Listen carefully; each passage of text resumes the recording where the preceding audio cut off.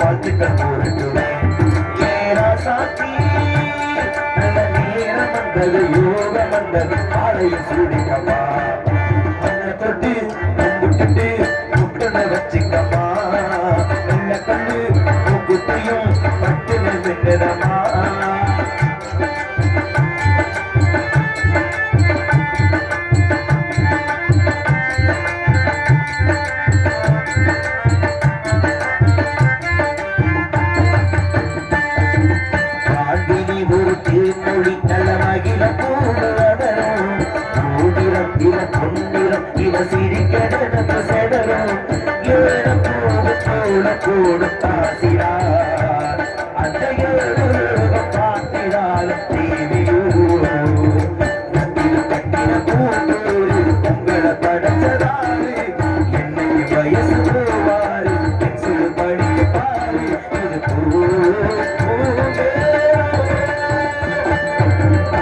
சந்தனம் குங்குமம் அழகு ஒரு அழகு பெட்டக புதிய புத்தக சிரிப்பு பட்டது முழு சந்திர பட்டது போல் பல சுந்தரி வந்ததென ஒரு மந்திரம் செஞ்சது போல் பல மாயங்கள் கண்டதென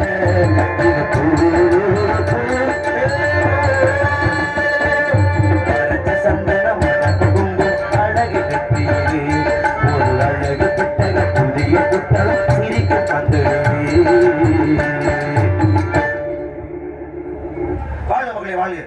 சகல கலைஞானமும் வென்று நாங்கள் பல்லாண்டு கால வாழ்க வாழ்கவன என் மனவார உங்களை வாழ்த்தினாலும் கூட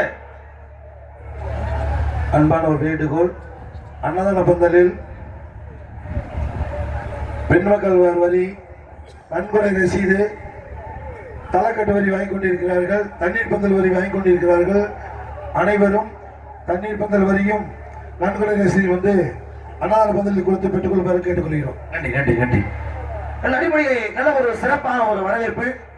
அது முக்கியமான நன்றி சொல்றதுல வாழ்த்துக்களும் மகிழ்ச்சியும் மேலோங்கி இருக்குது. காரணம் என்னன்னா ஒரு வரவேற்பு பாடுன்றது எப்படி நாம் பாடிருக்கலாம். ஆனால் இத்தனை பேருடைய குடும்பங்கள் இவ்வளவு செழிப்பமா இருக்கிற காரணம் நம்மளுடைய நாடக தந்தை அவருடைய பாடலை நினைவுபடுத்தும் விதமாக அந்த ஒரு பாடலை பாடி வரவேற்றதுக்காக முதலிலே வாழ்த்துக்களை நான் தெரிந்து கொள்கிறேன். அப்படி தெரிவித்தாலும் கூட உங்களை பற்றி விவரங்களை உங்கள் அண்ணன் வாயிலாக நான் கேட்டிருந்தாலும் கூட உன் வாயிலாக உன்னை பற்றிய ஒரு சில விவரங்களை கேட்க வேண்டும் என்கின்ற ஆவல் கொண்டு நான் வந்திருக்கேன். கேட்கலாம் அப்படின்னா நிச்சயமாக சுவாமி. ஏனென்றால் வந்த உடனே சொன்னீங்க வரவேற்பு கொடுப்பது என்னுடைய கடமை அப்படின்னீங்க. அதனாலதான் கடமையை செய் பலனை எதிர்பார்க்காதே அப்படின்னு இருக்காங்க. கடமையை செய்வதில் உங்களை போன்ற உன்னதமான ஒரு தேவலோகவாசி இந்த உலகத்துல இந்த லோகத்துல 7 லோகத்திலுமே யாருமே கிடையவே கிடையாது. நல்ல அருமையான பேச்சு, நல்ல அருமையான வாழ்த்து. ஆனா விவரம் கேட்கணும்னு வந்திருக்கிறீங்க. ஆனா இவ்வளவு பெரிய ஆளு இந்த சிறிய பிள்ளைய காட்டுக்குள்ள வசிக்கிற பிள்ளை படிப்பறிவு இல்லாத பிள்ளைய தேடி நாடி ஓடி வந்து விவரம் கேட்கணும்னு வந்திருக்கிறீங்க. எனக்கு இதுல என்ன ஒரு சந்தேகம் அப்படின்னா, எப்போதுமே பெரியவர்களை தேடிதான் சிறியவர்கள் சந்தேகம் கேட்கணும். ஐயா ஒரு விவரம் தெரியல எனக்கு, அந்த விவரத்தை சொல்லுங்க. எப்பயும் பெரியவர்களை தேடிதான் சிறியவர்கள் கேட்பாங்க. ஆனா இந்த இடத்துல என்ன ஒரு பெருமை அப்படின்னா, எவ்வளவோ பெரிய ஆளாக நீங்க இருந்தாலும் அஷ்டமா சித்துக்களையும் கட்சி தெரிந்தவரு, 17 புராணங்கள் இருக்கக்கூடியவரு, ராமாயணம் உருவாவதற்கே காரணம் நீங்க தான், தேவர்களுக்கு பாரதம் சொன்னது நீங்க தான். இப்படி எத்தனையோ பெருமைகளை பெற்றிருந்தாலும் நான் ஒண்ணுமே தெரியாத பிள்ளை. ஆனா என்னைய தேடி வந்து விவரம் கேட்கணும்ன்றீங்கன்னா அது எவ்வளவு பெரிய பெருமையான விஷயம். இதுவே என்னுடைய வாழ்க்கையினுடைய முதல் படி வெற்றியாக நான் கருதுறேன். விவரம் கேட்கணும் வந்திருக்கிறீங்க, கேளுங்க. நீங்க விவரத்தை விவரமாக கேட்டீங்க அப்படின்னா விவரமாக வருவதற்கு காத்துக்கிட்டு இருக்கு. அது மட்டுமல்லாது அந்த அவ்வை பிராட்டியினுடைய ஞானமும் அந்த ரத்தினமால் என்று சொல்லப்படக்கூடிய ரத்தினகிரீஸ்வரனுடைய மனைவியினுடைய வீரமும் பெற்றிருக்கிறேன் அப்படின்ற ஒரு நம்பிக்கை எனக்குள்ள இருக்கு. இந்த விவரத்தை கேளுங்க. உன்னுடைய சந்தேகத்துக்கு நான் ஒரே ஒரு வரியில விளக்கம் சொல்ல போறேன். இவ்வளவு பெரிய மகரிஷி நீங்க என்னை தெரிய வந்திருக்கீங்களே, இதுல இருக்கீங்களே, இதுல இருக்கேன்னு சொன்னேன். அதாவது தமிழிலே ஒரு அற்புதமான ஒரு அறிவு உண்டு. நற்றாவரை குளத்தில் நல்லெண்ணம் சேர்ந்தார் போல் கற்றாரே காமருவர். அந்த நல்லா கவனிக்கணும். எந்த ஒரு இடத்துலயுமே பெரியோரை காமருவர் அப்படி சொல்லல. பெரியவரை சந்திக்கணும்ன்றதா இந்த உலகத்துல சரித்திர பிறந்திருக்க வாய்ப்பே கிடையாது. இன்னைக்கு துருவன்ற ஒரு சின்ன பையன் நட்சத்திரமா இருந்திருக்கும் வாய்ப்பு இல்ல. ஒரு சாதாரண சிறு பெண் குழந்தையாக இருந்தவள் இன்னைக்கு இவ்வளவு பெரிய அம்மனா இருக்கும். அப்படியான சம்பவங்களை அடிப்படையாக வைத்துக் கொண்டு இங்கே யார் என்ன கற்றிருக்கிறார்கள், யார் இடத்துல என்ன அறிவு இருக்கிறது, இதுதான் அந்த சபைக்கு தேவை. மற்றபடி இங்க ஆண் பெண் பாகுபாடோ இல்ல மூத்தவங்க இளையவனோ இல்ல உயர குட்டையினோ எந்த ஒரு பாகுபாடும் இல்லை. அதனால உன்னுடைய அறிவை பொறுத்துதான் நீ பெரிய ஆளா சின்ன ஆளான்றது இருக்கு. அதனால பொதுவாகவே உங்களுடைய பேச்சு எனக்கு ரொம்ப பிடிக்கும். ரொம்ப நியாயமா பேசக்கூடிய நாரதன். ஹலோ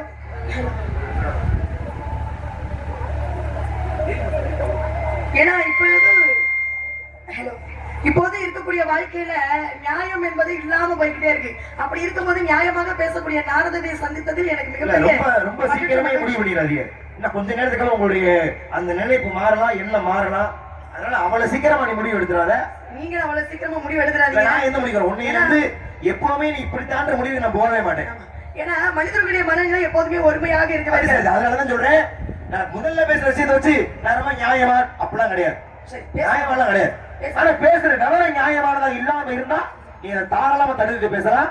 அதோட எல்லா உரிமையும் உண்டு. அதனால பெரியோர் எல்லாம் பெரியோர் இல்லை, சிறியோர் எல்லாம் சிறியோர் இல்லை. ஒரு சின்ன விஷயத்துல நம்ம பெரியவும் நம்பர் ஒருத்தர் நமக்கு இவ்வளவு சின்ன புத்தி அவருக்கு அப்படின்னு நினைச்சிருவோம். ஆனா அவ்வளவு சின்ன பிள்ளையா இருக்கு அப்படி நினைக்கிற ஒருத்தர் பேசுற விஷயத்தை வச்சு இதுக்குள்ள எவ்வளவு அறிவு இருக்கா. அப்ப எந்த ஒரு சின்ன விஷயம் ஒருத்தரை கருத்தை மாத்திரும். அதனால பேசுடைய இறுதியில தான் தெரிய நான் நியாயமான இல்லைன்றது. அப்ப முதல்ல கதையை மறுபடி உன்னை பற்றி வரது கேட்க வேண்டும். அதை ஆலையாலை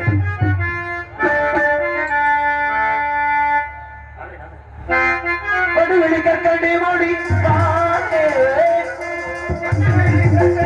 மொழி பாடே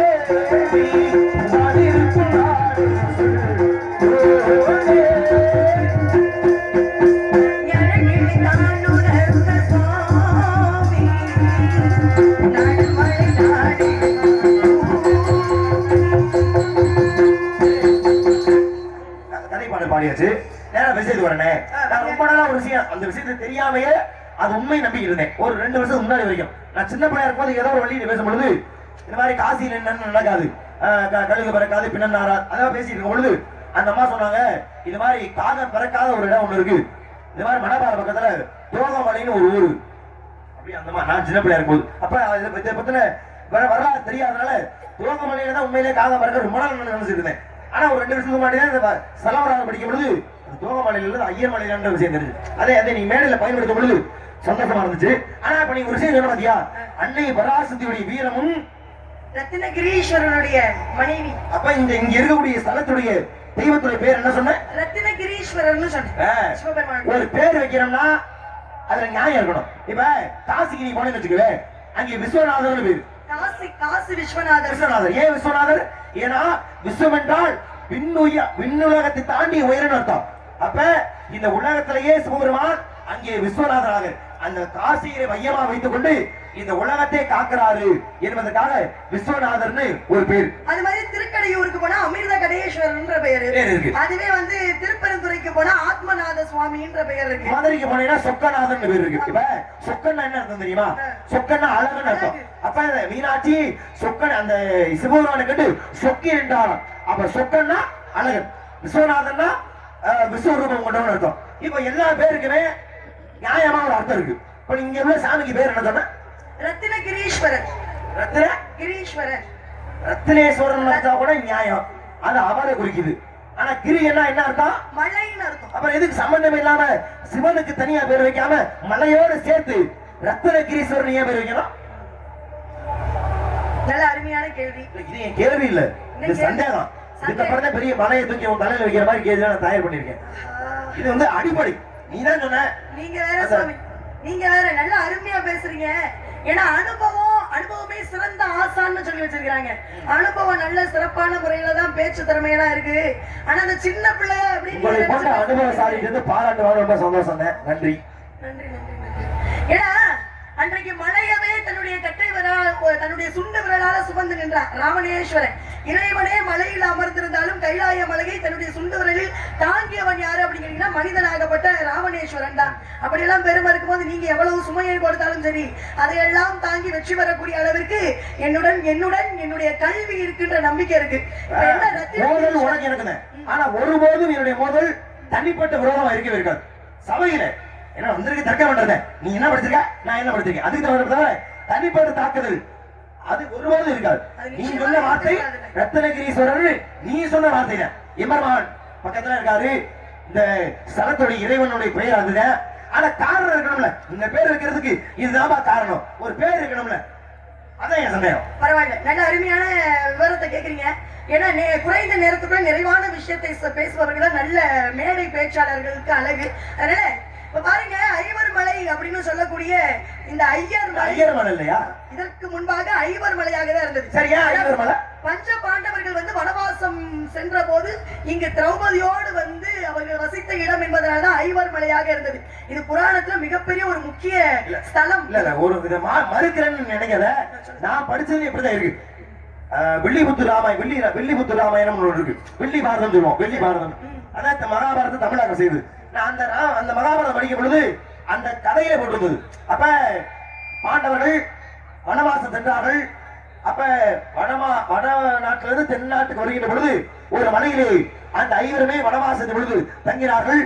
அந்த ஐவரும் தங்கியதான ஐவரம் வருவி இன்னைக்கு ஐயர் மலைன்னு ஒரு ஸ்தலமாக தமிழ்நாட்டில் இருக்கிறது அப்படின்னு நானும் புத்தகத்தை படிச்சிருக்கேன். சரி, அது அப்படி இருக்கேன் அப்படின்னு இந்த ஸ்தலத்துடைய ஸ்தல வரலாறு எடுத்து பார்த்தோம்னா ஒரு ஆரிய மன்னன், ஆரியன்னா பிராமணன் அர்த்தம் இல்லையா, அந்த ஆரிய மன்னன் ஒரு தொட்டியில தண்ணீர் செலவரார் படிக்கும்போது தொட்டியில் தண்ணீர் கேள்வி எல்லாம் கேட்டுட்டீங்க. ரொம்ப அதிகமா பேச வேண்டாம், பதிலுக்கு வந்துருவோம். சுருக்கமா சொல்றேன், கொஞ்சம் பொறுமையா நல்லா இருக்கும்னு நினைக்கிறேன். ஏன்னா இந்த சந்தேகம் நிறைய பேருக்கு இருக்கலாம், உனக்கு இருக்கலாம், அதனால சொல்ல வரேன். அப்ப தண்ணீர் எப்படா ஒரு கட்டத்துல தண்ணீர் எப்பாதனால கோபம் கட்டு சிவபெருமான் மீது எரிஞ்சு அதன் பிறகு சிவன் சாபம் கொடுத்து மன்னிப்பு கேட்டு அங்கே தவம் செய்ததுனால பிராமணன்னா ஐயர் சொல்லுவான். அப்ப அந்த ஆரிய மன்னன்ற பிராமணே இங்கே தவம் செய்ததால அந்த ஐயர் தங்கியதால் ஐயர் மன்னன். இப்ப இரண்டு விதமான கருத்து முரண்பாடா இருக்கு. பாரதம் சொல்றது அது, ஸ்தல வரலாறு சொல்றது இது, ரெண்டுமே இருக்கு. இதுல எதுன்னு பாத்துக்கலாம். ஏன்னா ஒருவேளை புராணத்தினுடைய அடிப்படையில ஐவர் மலையாக இருந்திருக்கலாம். அதற்கப்புறம் வரக்கூடிய காலகட்டத்துல அந்த ஐயர் அந்த விவாதத்தை வச்சுக்கோம், பெயர் மருவி இருக்கலாம். வச்சுக்கோம். எதுக்காக ரத்னகிரீஸ்வரன் பேரு? நீங்க தான் அதுலயே பாதி பதிலை நீங்களே உங்க வாயில இருந்து சொல்லிட்டீங்க. இப்ப ஆரிய மன்னனாகப்பட்டவன் என்ன நினைக்கிறான், ரத்தினங்களை வேண்டி, நிறைய ரத்தினங்களையும் பொன்னும் பொருளையும் வேண்டி இந்த மலையிலே ஐயர் மலையிலே தவம் இருந்ததாக வரலாறு சொல்கிறது. அப்படி இருந்த போது பல ஆண்டுகளாக தவம் இருந்தும் சிவனேஸ்வரன் செவி கொடுக்கவே இல்லையா. அப்போ அங்கே இருந்த சிவலிங்கத்தின் மீது கோபம் வந்து தான் வைத்திருக்கக்கூடிய வேலை வந்து விட்டு எறினான், வாழை விட்டு எறினான். அப்படி விட்டு எறியும் போது அந்த சிவலிங்கத்திலிருந்து ரத்தம் வடிந்ததாக வரலாறு. அப்படி வடியும் போது சிவபெருமான் தோன்றி சொன்னாராம், உனக்கு இதுதானே வேண்டும், உனக்கு தேவை பொண்ணும் பொருளும், அவ்வளவுதானே, ரத்தினம் வேணும், அதுதானே நீ என்கிட்ட எதிர்பார்க்கிற. சரி, உனக்கு ஒரு நிபந்தனை, நான் ஒரு தொட்டியை நான் உன்கிட்ட காட்டுறேன். அந்த தொட்டியிலே காவிரி நீர் கொண்டு அந்த தொட்டியை நீ நிரப்பிட்ட அப்படின்னா நான் நீ கேட்கக்கூடிய பொண்ணை நான் வழங்குகிறேன் அப்படின்னு சிவனேஸ்வரன் சொல்கிறார். அதை கேட்டு அந்த ஆரிய மன்னனுடைய பெயர் குறிப்பிடல. அந்த ஆரிய மன்னன் என்ன பண்றாரு, காவிரி நீரை கொண்டு நிரப்ப முயற்சி பண்றாரு. எவ்வளவுதான் முயற்சி பண்ணியும் அன்றைய காலகட்டத்தில இருந்து இன்றைய காலகட்டம் வரையுமே அந்த தொட்டியை யாரினாலும் நிரப்பவே முடியல. இது ஒரு புண்ணிய வரலாறு. அப்படி நிரப்ப முடியல. இவனுக்கு ரொம்ப கோபம் வருது. நான் ஒரு செயலை செய்யக்கூடாது, முடிக்க கூடாதுன்றதுக்காகவே நீ என்னைய சோதிக்கிற மாதிரி தெரியுதே அப்படின்னு சிவபெருமானிடம் கேட்டபோது அவன் கோபம் கொண்டு, ஆரிய மன்னன் கோபம் கொண்டு ரொம்ப கடுமையாக சிவபெருமானை பேசினானா. அந்த காயங்கள் எல்லாம் தாங்கி கொண்டு, உனக்கு தேவை இதுதானே, பரவாயில்ல, நீ என்னை திட்டினாலும் பரவாயில்ல, நீ என்னை உபதேசித்தாலும் பரவாயில்ல, உனக்கு தேவையானதை நான் கொடுக்கிறேன் அப்படின்னு ரத்தினங்களை வாரி வழங்கினாராம். அதனாலதான் இன்றைக்கு ஐயர் மலையிலே இருக்கக்கூடிய சிவலிங்கத்தில் தழும்பு இன்னும் இருக்கும். நீங்க போய் பாத்தீங்கன்னா தெரியும், ஐயர் மலையை வீற்றிருக்கக்கூடிய சிவபெருமானுடைய லிங்கத்திலே தழும்பு இருக்கும். அந்த தழும்பினாலே சிவபெருமானுக்கு என்ன பெயர் அப்படின்னா முடித்தழும்பர் அப்படின்ற ஒரு பெயர் இருக்கு. அது மட்டுமல்லாது இன்றளவும் நிரப்பப்படாத தொட்டிக்கு என்ன பெயர் அப்படின்னு கேட்டீங்கன்னா பொய் வழி கொப்பரை என்று சொல்லப்படக்கூடிய பெயர் இன்றளவுக்குமே யாரினாலுமே நிரப்பப்பட முடியாத ஒரு தொட்டி. இதனாலதான் ரத்தினங்கள் பெற்ற ஆரிய மன்னனுடைய வரலாறு நிறைந்த மலை என்பதனால்தான் இன்றைக்கும் அதற்கு ஒரு ரத்தின மலையினும் பெயர் இருக்கு. அங்கே வீற்றிருக்கக்கூடிய சிவபெருமானிற்கு ரத்தினகிரீஸ்வரர் அப்படின்ற பெயர் வந்ததற்கான காரணம். நான் புள்ளிதான் வச்சேன், கோலத்தை நீனே போட்டிருக்க. ஐயர் மலைன்றதுக்கான அர்த்தம் இதை வச்சுதாமான்னு நான் மேல் பக்கம் எடுத்துக்காட்டு சொன்னேன். ஆனா நீ அதுல உள்ள இறங்கி அந்த கொப்பரையின் பேர் என்ன, எந்த நீரை கொண்டு நிரப்ப முயற்சி தான், இவன் முழு விவரத்தையுமே சொல்லிருக்க. பரவாயில்ல, நன்றி, உங்களுடைய பாராட்டுக்கு நன்றி. ஏன்னா ஒரு கேள்விக்கு கேள்வி பதிலாகாது, பதில் தான் பதிலாகும். அருகிலே வெண்ணெய் மலைன்னு ஒரு மலை இருக்கு, எல்லாரும் கேள்விப்பட்டிருப்பீங்க. ஐயர் மலைக்கு பக்கத்துல வெண்ணெய் மலைன்னு ஒரு மலை இருக்கு. அந்த வெண்ணெய் மலைக்கும் இந்த ஐயர் மலைக்கும் என்ன சம்பந்தம் இருக்கு? என்ன சம்பந்தமா? இன்னுமே கரூர் மாவட்டத்துல இருக்கு அப்படித்தானே? என்ன ஒற்றுமை இருக்கு?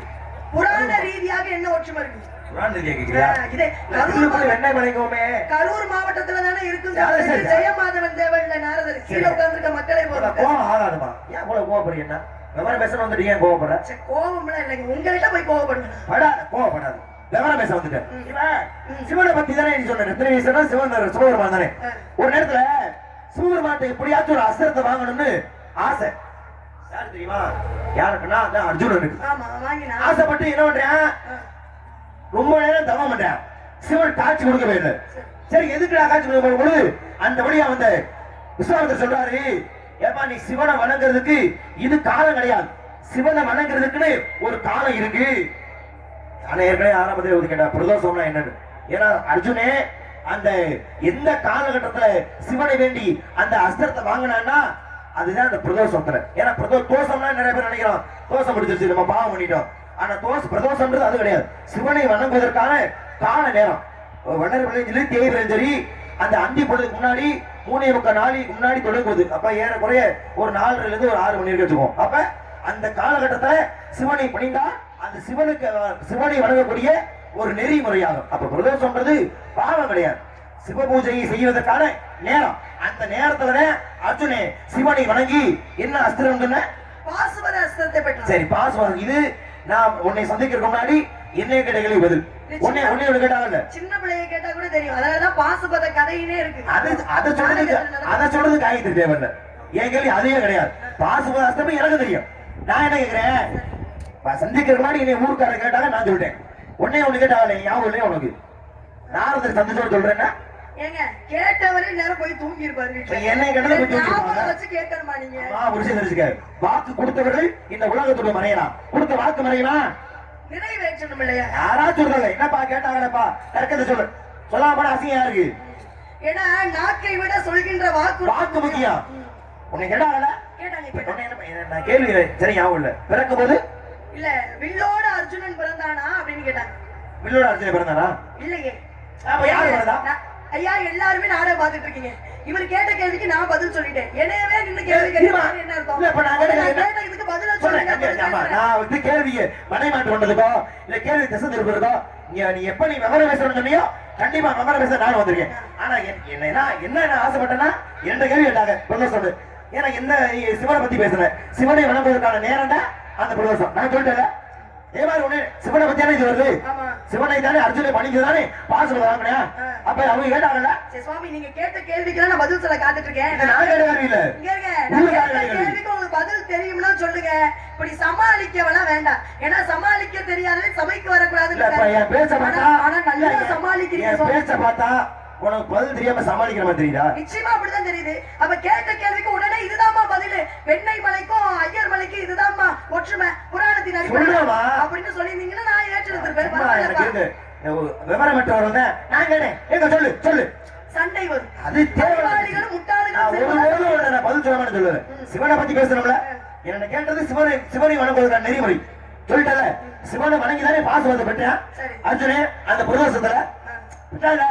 அப்ப அர்ஜுனனுக்கு வில்லுக்கு சம்பந்தம் இருக்குன்னு எனக்கு தெரியும். ஆனா வில்லோட அர்ஜுன் பிறந்தானா? இல்ல பிறக்கல. யாரு பிறந்தா? சரி இதுக்கு நான் சொல்லி அதை நீ யோசி. வெண்ணமலைக்கு காரணம் நான் சொல்றேன். ரெண்டுமே கரூர் மாவட்டம் தான் இருக்கு. ஆனா அது கரூருக்கு அந்த பக்கம் இருக்கனே பக்கத்துல அங்கிட்டு இருக்கு. சரி ஆனா ஒற்றுமை இருக்கு. என்ன ஒற்றுமை? இங்க இருக்கக்கூடிய சிவன் இங்க இருக்கக்கூடிய ஸ்தலத்தில் தெரியும் சிவன் தானே. ஆனா அங்கேயும் அந்த மலை உருவாக காரணம் வேற யாரும் இல்லை, அதே சிவன். ஏன்னா பிரம்மனாகப்பட்டவர் உலகத்தை படைக்கிறார். அவர் சிருஷ்டிகர்த்தா தானே, உலகத்தை படைக்கிறார். ஆனா பிரம்மனுக்கு ஒரு ஆணவம். என்ன ஆணவம்? நம்ம படைப்புகளை நம்ம படைச்சா தானே மகாவிஷ்ணு காக்குறா, சிவன் அழிக்கிறான், அப்ப நம்ம தான்டா பெரியாள் அப்படின்ற ஆணவம். யாருக்கு? பிரம்மனுக்கு. பார்த்தா சிவபெருமான் அப்படியாப்பா இனிமே உன் வேலை உனக்கு இல்ல. ஏன்னா எல்லாருக்குமே நீ காக்கிற வேலை நீ பாரு, அழிக்கிற வேலை நீ பாரு, வெப்பத்தை நீ கொடு என்று கொடுத்தது யாரு? சிவபெருமான். ஆனா அப்படி இருக்கும் பொழுது எப்ப என்னுடைய வாக்கை மீறி உனக்கு இவ்வளவு ஆணவம் வந்துச்சோ இனிமே உனக்கு இந்த வேலை கிடையாது என்று படைப்பு தொழிலை பிடுங்கிய சிவபெருமான் யார்கிட்ட கொடுக்கிறாரு? முருகண்டையா? அது அப்புறம். ஆனா அதுக்கு முன்னாடியே காமதேனு பசுவடத்தில் கொடுக்கிறார். போப்பா இந்த பூலோகத்துல போய் நீ படனு.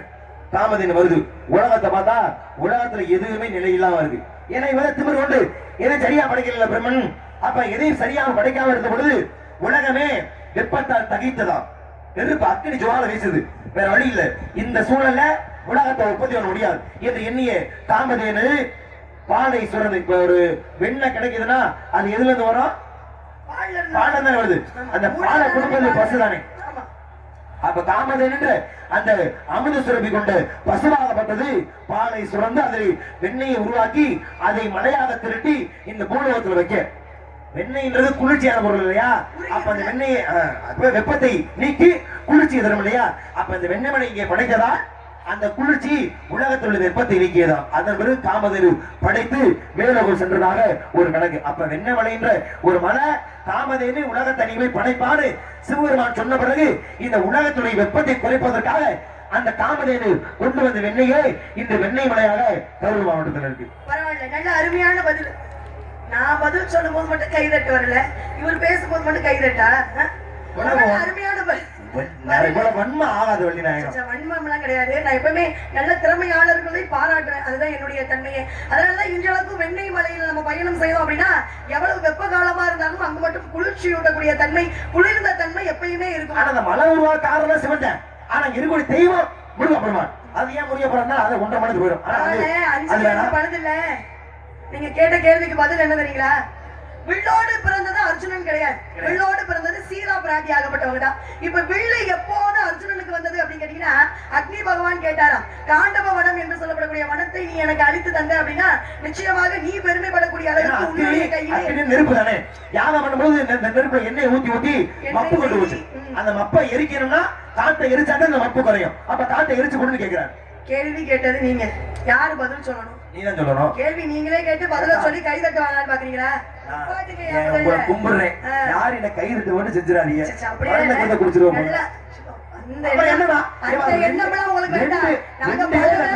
பல பேர மருந்து குடிக்க வச்சிருவேன். விஷத்தை கொடுத்து கொள்றவங்கள பாத்திருப்பீங்க. நல்லா வெள்ளம் கொடுத்து கொள்றாரு. நீங்க கொஞ்சம் சுதாரிப்பான் இல்லைங்க. இப்ப பாருங்க, காண்டவ வனத்தை நீ எனக்கு அளித்து கொடுத்த அப்படின்னா நீ பெருமை படக்கூடிய வகையில உன் கையில ஒரு பொருளை தரேன் அப்படின்னு அக்னி பகவான் கேட்டுக்கொண்ட காரணத்தினால் அர்ஜுனன் காண்டவ வனத்தை அளித்தான். அதனால் ஏத்துக்க முடியாது. இடையில புகுறாதவன்னு சொல்றீங்களா? ஒரு விஷயத்தை முக்கியமானது விட்டேன்னா புகுறாம என்ன செய்வாங்க? முக்கியமான விஷயத்தை அப்படி நான் ஏதோ முக்கியமான விஷயத்தை பேசி முடிச்சதுக்கு அப்புறம் சொல்லுங்க. அதான் அப்படியே. நீ கதையை தாண்டி போயிட்ட. நீ தாண்டாம இருந்தேன்னா நான் கேட்க மாட்டேன். நீ தாண்டி போயிட்ட. அக்னின்றவே 33 தேவர்கள் விட்டேன். அர்ஜுனே பூலோகத்தை வாழ்ற ஒரு சாதாரண சின்ன பையன். ஏன் அக்னி நினைச்சிருந்தா அந்த காட்டை முழுசா அவனே எரிச்சிருக்கலாம்ல? அங்க எது தடையாக இருந்தது? நல்ல அருமையான கேள்விதான். இதனை இவன் முடிக்கும் என்றாய்ந்து அதனை கண்பிடல்னு சொல்லியிருக்கிறாரு திருவள்ளுவர். யாரு எவ்வளவு பெரிய ஆளாக இருந்தாலும் அவங்களால என்ன செய்ய முடியுமோ அதனால அவங்களால மட்டும்தான் செய்ய முடியும். என்ன காரணம் அப்படின்னா, அர்ஜுனன் ஆகப்பட்ட வெறும் மனித பிறப்பு நினைச்சீங்களா? இன்னொரு வகையில பார்த்தா அவனும் மகாவிஷ்ணுவுக்கு ஈடான ஒரு ஒரு ஒரு பிறப்பு. அதுல பஞ்சாயத்து இல்ல. ஆனா காட்டை எரிக்க விடாம செய்தது யார்? காட்டை யாரு எரிக்க விடாம செஞ்சாங்க? இந்திரன் தானே. இந்திரன் எரிக்க விடாம செஞ்சான். இந்திரன் எதுக்காக அந்த காட்டை எரிக்க விடாம பண்ண தெரியுமா? ஏன்னா அந்த காட்டுக்குள்ள அவனை சிநேகிதர் இருந்தார். அந்த சிநேகிதர் எங்க அழிஞ்சுமானோன்னு காட்டை எரிக்கும் போது மலையை போயிருக்கிறார். சரி, இப்ப அர்ஜுனே அம்பையிருவேன். இப்ப யாராச்சும் கொல்லணும்னா எனக்கு குடிக்கிற இவரை கொல்லுப்பா அப்படின்னு அர்ஜுனை கூட்டி வந்தோம்னா 100 வருஷம் நல்லா இருக்கு. ஒரு எடுத்துக்காட்டு சொல்றேன். ஒரு வில்லாடி அம்ப வச்சு உன்னை கொல்லுவேன். அதான் முடியும். காட்டை எரிக்கிறதுக்கு அர்ஜுனே எதுக்கு? ஐயா, நான் சுருக்கமா பதில சொல்லி முடிக்கலாம்னு நினைக்கிறேன். நீங்க கதைக்குள்ள போய் புராணங்கள் எத்தனைன்னு கேட்டா 18 தான் சொல்லணும். என்னென்ன புராணங்கள் சொல்லினா மக்கள் போய் தூங்க போயிடுவாங்க. எதனால எப்படி கதை வந்தது, காண்டிபம் என்ற வில்லு எப்படி வந்துச்சு, அதுதான் ரொம்ப முக்கியம். இப்ப காண்டவனத்தை அழித்ததுனால அக்னி பகவான் பெருமைப்பட்டு காண்டிபம் என்று சொல்லப்படக்கூடிய வில்ல வந்து அர்ஜுனன் கையில கொடுத்தார். அப்போதுதான் அர்ஜுனன் கையில வில்லாகப்பட்டதே வந்தது. அந்த அம்பை வைத்துதான் அந்த பாசுபதம் என்று சொல்லப்படக்கூடிய சிவபெருமானுக்கு பெற்ற அஸ்திரத்தை வைத்துதான் அவன் வந்து மகாபாரதத்திலே போரிட்டான். இது புராணம். கேள்விக்கு பதில் அர்ஜுனன் கூட பிறக்கும்போது வில்லு பிறக்கல. அவன் திறமையால கிடைத்த பரிசு. இன்னைக்கு அவன் கையில் வச்சிருக்க காண்டிபம்ன்ற வில்லு. ஆனா வில்லோட பிறந்த சீரனை. அதனால சீரை அந்த கூடவே பிறந்த வில்லை வளர்ச்சாதான் சீரை கட்ட முடியும்னு ஒரு சிறப்பு கிடைத்தது. சரி, அதை நான் சொல்லிட்டேன். இதே பாருங்க, புராணத்துல புராணத்தினுடைய கதையை வந்து ராமாயணத்தை ரொம்ப வருத்தப்பட்டு ஒருத்தர் சொல்லிட்டு இருந்தாராம். இப்ப நம்ம 2 பேரும் பேசிக்கிறோம்ல, அது மாதிரி ஒருத்தர் சொல்லிட்டு இருக்காரு. நான் ஒரு ராமாயணத்தை வருத்தப்பட்டு சொல்லலையே, நான் சந்தோஷமா சொல்லிட்டு இருக்கேன். நான் சொல்றேங்க, நீ ஏன் வருத்தப்படுற? எதுக்கு வருத்தப்படுற? நான் இல்லங்க, கதைகளை சொல்ல வர்றேன் நானு. செவி கொடுத்து கேளுங்க. செல்வத்துள் செல்வம் செவி செல்வம்னு சொல்லி வச்சிருக்காங்க. காதை நல்லா கொடுத்து ஆழமாக நல்ல கவனத்தோடு கேளுங்க. என்ன சொல்றேன் சரியா சொல்லுங்க. நான் நல்ல கதையை தெளிவா சொல்றேன், நீங்க தெளிவா கேளுங்க. இப்ப பாருங்க, ஒருவர் ரொம்ப வருத்தப்பட்டு ராமாயண கதையை சொல்லிக்கிட்டு இருந்தாரா மற்றொருவர்கிட்ட. அப்ப சொல்றாரு, இந்த மாதிரி வந்து சீதை வந்து இருந்தாங்க, ராவணன் தூக்கிட்டு போயிட்டாரு. இப்ப ராமன் வந்து எந்த ஒரு துணையுமே இல்லாம ரொம்ப பரிதாபமான நிலையில இருக்காரு. உதவி யாரு கொடுக்கல? ஆரம்பத்துல 10 அவதாரங்களே மனித பிறப்பாக பிறந்தது ராம அவதாரத்துல.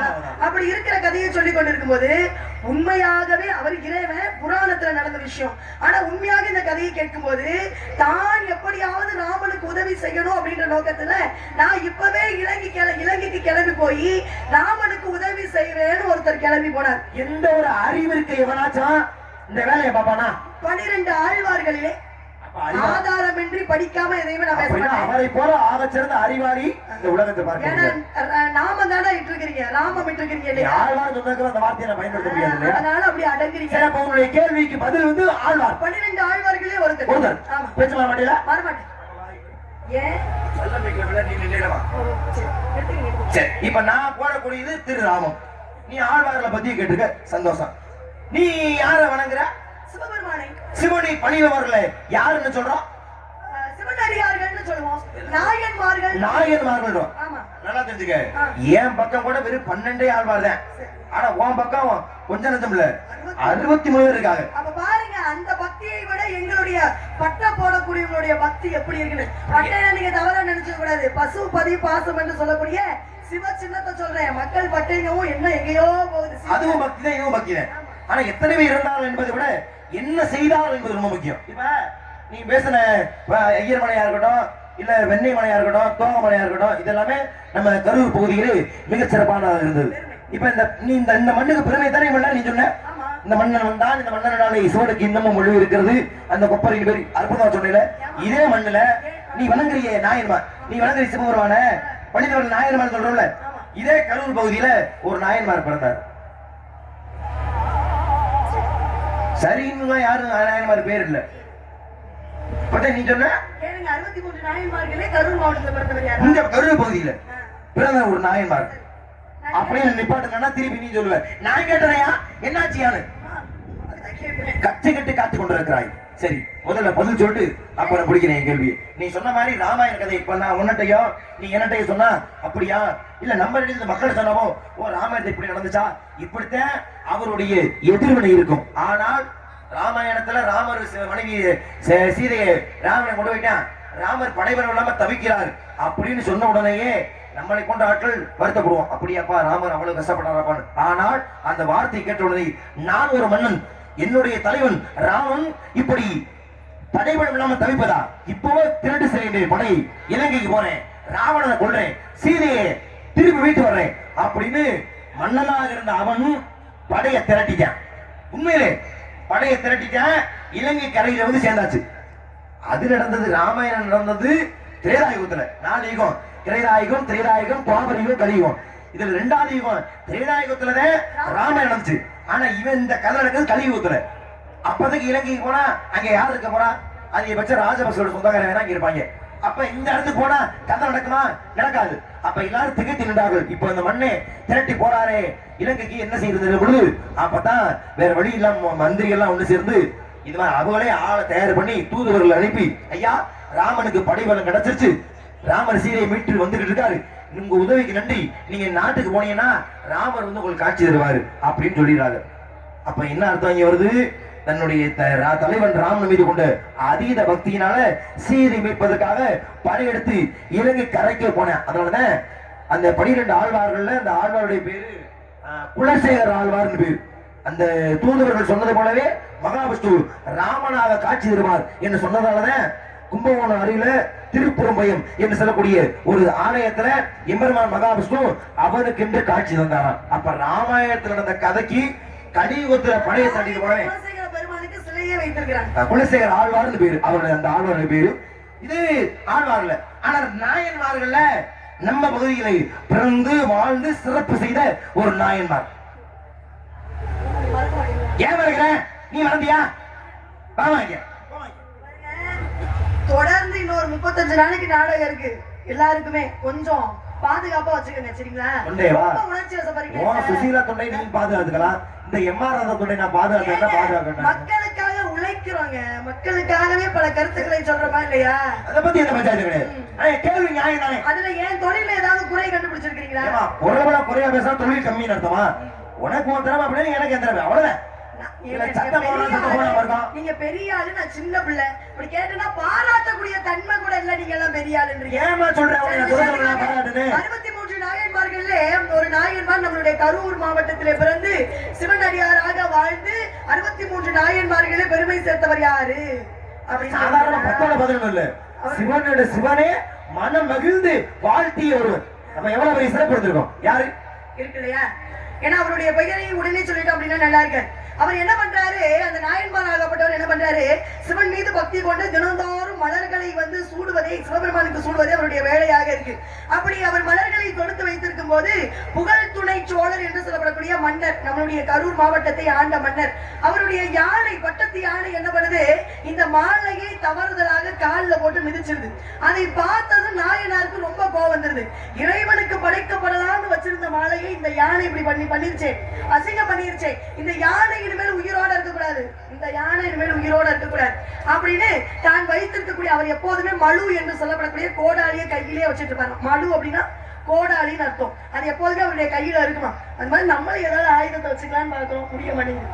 அப்ப இந்த கோடாலியை வச்சு என்ன பண்றாரு, பட்டத்து யானையை கொன்றாரு. இந்த செய்தி யாருக்கு போகுது, புகழ் துணை சோழருக்கு செல்லுது. அப்படி செல்கின்ற போது அந்த நாயனார நான் நேர்ல பார்க்கணும் அப்படின்னு சோழ மன்னனே வந்து பார்த்து, இந்த யானையை நீ கொன்னிட்டியே, என்ன சிவபெருமானுக்கு சாற்றப்பட்டதற்காக வைக்கப்பட்ட மாலையை இந்த யானை, நான் வளர்த்த யானை அசிங்கப்படுத்தியதால் நான் உயிரோட இருக்க மாட்டேன். அந்த மழுவங்கை கொடு, அந்த மழுவங்கை கொடு, அந்த கோடாலியை கொடு, நான் என்னை நானே தற்கொலை செஞ்சுக்கிறேன்னு புகழ் துணை சோழர் வந்து தற்கொலை செஞ்சுக்கிறதுக்காக போய் தற்கொலையும் செஞ்சுட்டாராம். இதை பார்த்த உடனே நாயன்மாருக்கு மனசு தாங்கல.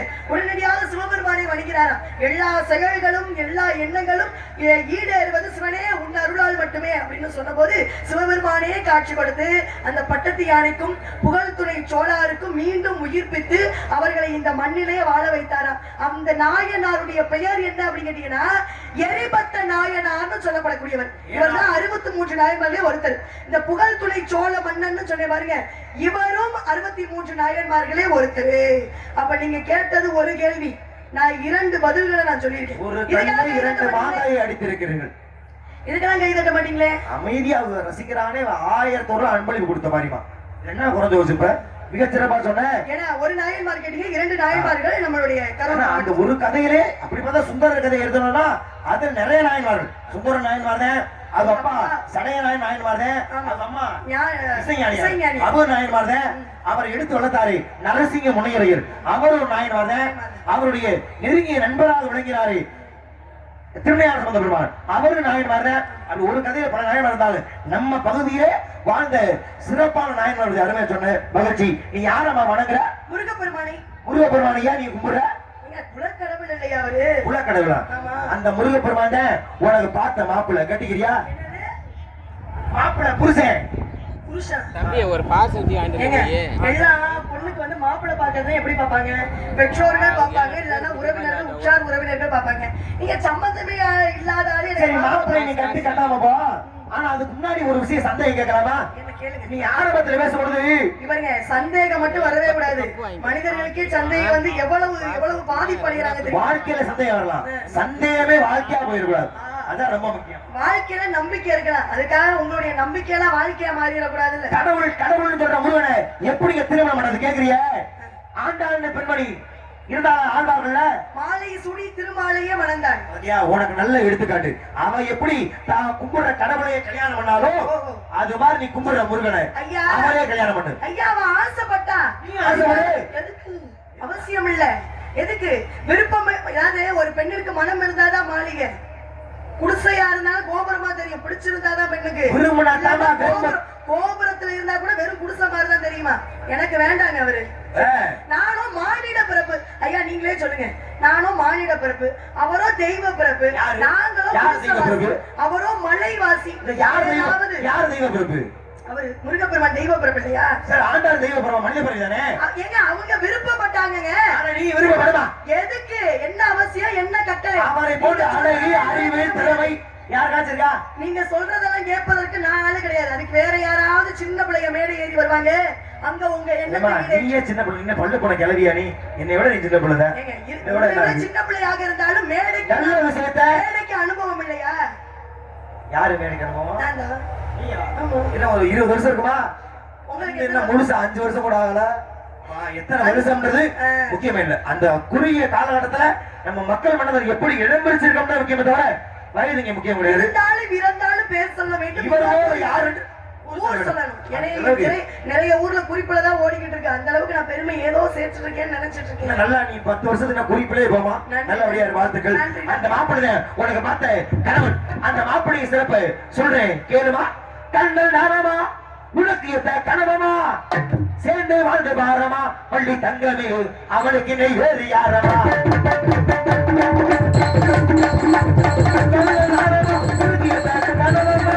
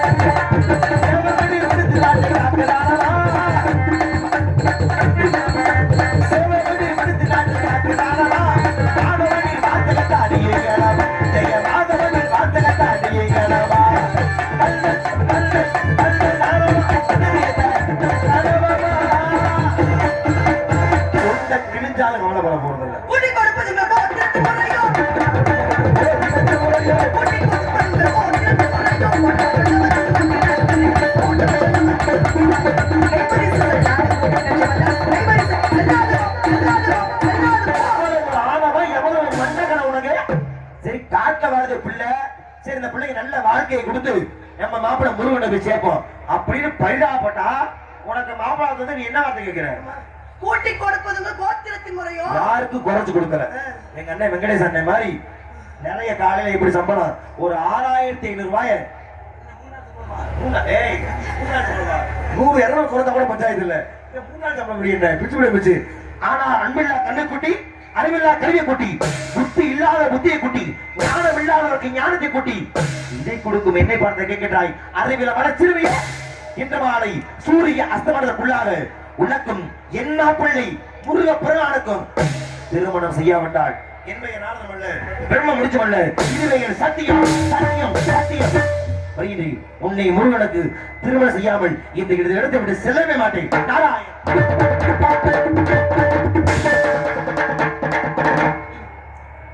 நாரதர் ஒத்த கால்ல நிக்கிறார். முருகப்பெருமானி எனக்கு திருமணம் செய்தே ஆவேன் அப்படின்னு ஒத்த கால்ல நிக்கிறார். வாதத்தோட நிக்கிறாருங்கயா. வாதம்னா தவற நினைச்சுங்க.